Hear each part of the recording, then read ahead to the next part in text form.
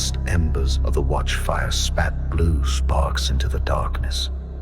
Rold lowered his axe, his calloused fingers tightening around the worn hilt. That unnatural flame could mean only one thing.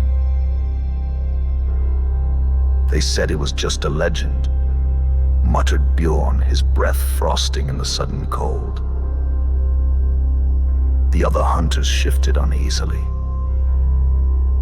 their furs dusted with snowflakes that fell too slowly,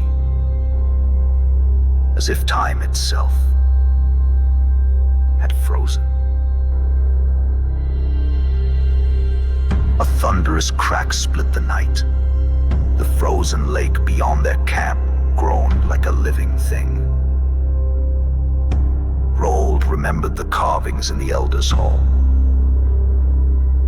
Depictions of jagged limbs rising from glaciers, of villages frozen in eternal silence.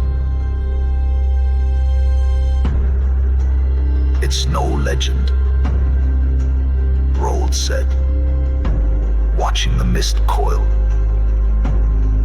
unnaturally between the pines. The ward stones have failed. The first scream came from the eastern ridge. Not human, but the shriek of ice shearing from mountain flanks. Then silence. The terrible, waiting silence of prey that knows the hunter comes. When the creature emerged from the blizzard, it stood taller than the longhouse, its body a lattice of glacial blue cracks where it stepped. The earth turned to permafrost. The hunter's torches gutted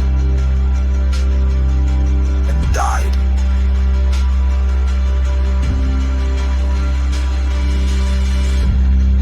Rold raised his axe, the rune-forged steel that had felled 100 beasts. The troll's breath washed over him, and he understood. This was no mere monster. This was winter itself given form. The ancient cold that had once buried the world.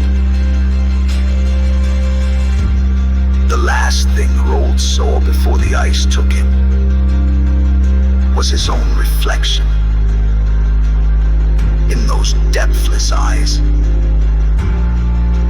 and in them the memory of hot fires and voices that would never be heard again. At dawn, the village found their hunters perfectly preserved, faces locked in final battle cries. And leading south from the carnage,